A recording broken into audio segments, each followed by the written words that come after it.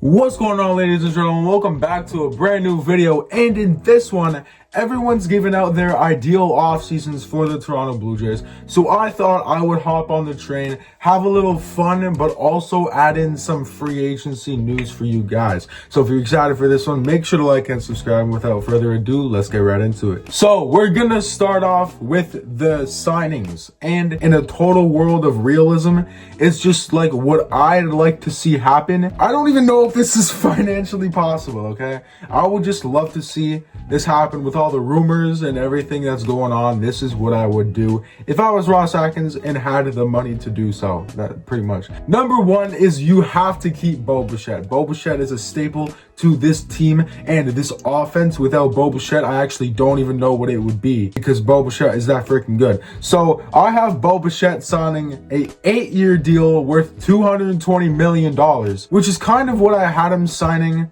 after 2023. Everyone was kind of like, if Bo Bichette were to take a deal, it would be around this. And after 2024, people were not sure what he'd get. And now he had a really good 2025. And that's still what people think he should get. So that would come out to about $27.5 million per season, unless the Blue Jays do like some contract thing where they defer the money. Dodgers. Anyway, so that's about $10 million less per year than Guerrero. I actually feel like that's pretty good. Bo Bichette, he'd play second base. Okay, we got a logjam of infielders if we keep Bo Bichette. But the next guy that I'd bring in, I'd sign if I was the Toronto Blue Jays. There's a lot of buzz about this man right now, and his name is Kyle Tucker. Now, I've seen a lot of people say either get Kyle Tucker or Cody Bellinger. Me personally, I don't really want Cody Bellinger. And I don't know why that is, but I just don't like the vibe of having Cody Bellinger on my baseball team. So please don't do that. I don't know why, just don't do that. But instead, I got Kyle Tucker signing a 10-year, $350 million deal, which if we do the math, that comes out to be $35 million per year. This is what I'm saying, man. Like, the Blue Jays did make $50 million worth of revenue in the playoffs. So maybe they can afford to do this with that extra money plus the money they already have. Rogers is one of the biggest payrolls. He's got a ton of cash, is basically what I'm trying to say. So maybe it's possible. Kyle Tucker is signing a 10-year, $350 million deal. I really like his bat. Not too sure about his defense. If he were to come onto the team, I actually have him playing right field, but we'll get into that a little later because I'll have lineups and bullpen and rotation and all that after this is said and done. But Kyle Tucker coming to the Blue Jays would be tremendous. Next, there's been a lot of buzz about this man related specifically to the Blue Jays, and his name is Edwin Diaz. And the reason there's a lot of buzz is because the Blue Jays actually went to go meet with Edwin Diaz and his agent during the GM meetings, which happened like a couple days ago.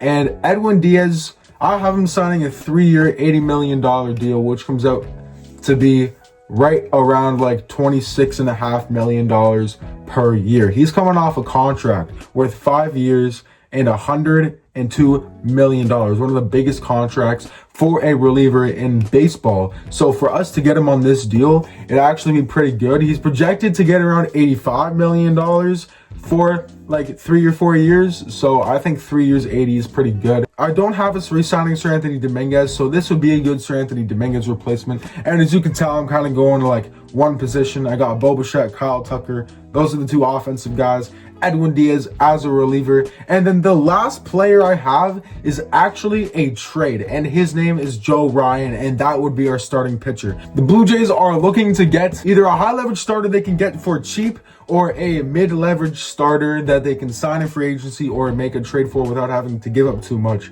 Joe Ryan is on a selling Minnesota Twins team, and he is pretty freaking good, let me tell you that. So it wouldn't cost a lot for us to get him. He's in team control through 2027. He's on his last year of his deal, but he's got arbitration through 2027. And then if he likes Toronto, maybe he's like a Shane Bieber where he decides to stay with the team. Now, the package that we'd give up for Joe Ryan, I have Arjun Namala, our number 3 prospect, mainly because JoJo Parker is now in the building, and it kind of seems like JoJo Parker is going to be the shortstop of the future once Bo Bichette leaves. Arjun Namala, he was like that last season, but now with JoJo Parker here, he just kind of feels like the odd man out.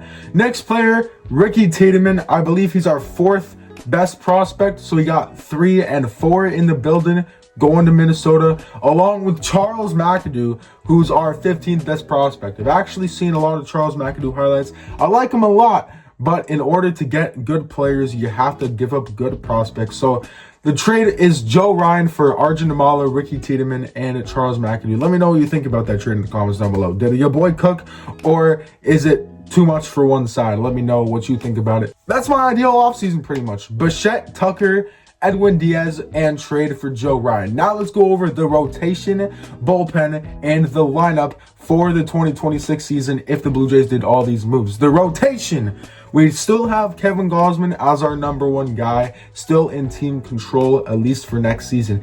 Joe Ryan would be our number 2. Bieber's back for 2026. He'd be our number 3. Trey Savage. Can't wait to see a full season of Trey Savage, man. So excited for that. And he would be our number 4 guy. Last, to round out the starting rotation, I'd have your boy Jose Barrios. Hopefully he can get a bounce back here in the works. Now for the bullpen. The bullpen, I got Eric Lauer, Louis Varland, Yariel Rodriguez, Jeffrey Hoffman, Jimmy Garcia. Can't wait to see Jimmy Garcia finally healthy again. Hopefully he can actually stay healthy this season, because when he is, he's pretty freaking good. Edwin Diaz, Braden Fisher, and Mason Fluharty are going to be big staples for the future of this bullpen, so I got them both in there. Now the lineup. Here's where the controversy comes, ladies and gentlemen. We're going to have Tucker and Santander and Barger and Bichette. Like, there's a lot of logjam in specifically where I put people in the batting order. I have George Springer leading off. He's playing left field. Stay with me now. We got Bichette hitting second. Stay with me now. At second base. We got Guerrero hitting third at first base. Kyle Tucker hitting fourth at right field.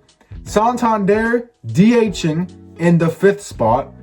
Barger, third base in the 6th spot. Kirk catching in the 7th spot. Varsho in center at the 8th spot. And I actually feel like I did a pretty good job considering all circumstances. Here's where I had the most trouble, honestly. For shortstop and a batting 9th, it was a really tough time. It was either between Andres Gimenez and Ernie Clement. Ernie Clement, obviously the better offensive player by like 100 times. And he's a pretty solid defender as well. But Andres Gimenez, his defense is just that insane. So whoever you want to put at shortstop, I'm not going to argue about it. And whoever it is, then I'm okay with it. But off the bench, I have whoever you don't start, either Ernie Clement or Andres Gimenez, one of those two. Nathan Lucas, sadly going to have to move to the bench in this case. Tyler Heineman as the backup catcher. Davis Schneider, Miles Straw, and Joey Loperfido. That is my ideal offseason. That is my ideal 2026 roster for the Toronto Blue Jays. Let me know what you think about it in the comments down below. And if you enjoyed this one, make sure you like and subscribe. More free agency news coming out soon. So if you're excited for that, make sure to stay tuned. But with that being said, it's been your boy Brandon. I break down the Toronto Blue Jays. I'll see you in the next one. Peace.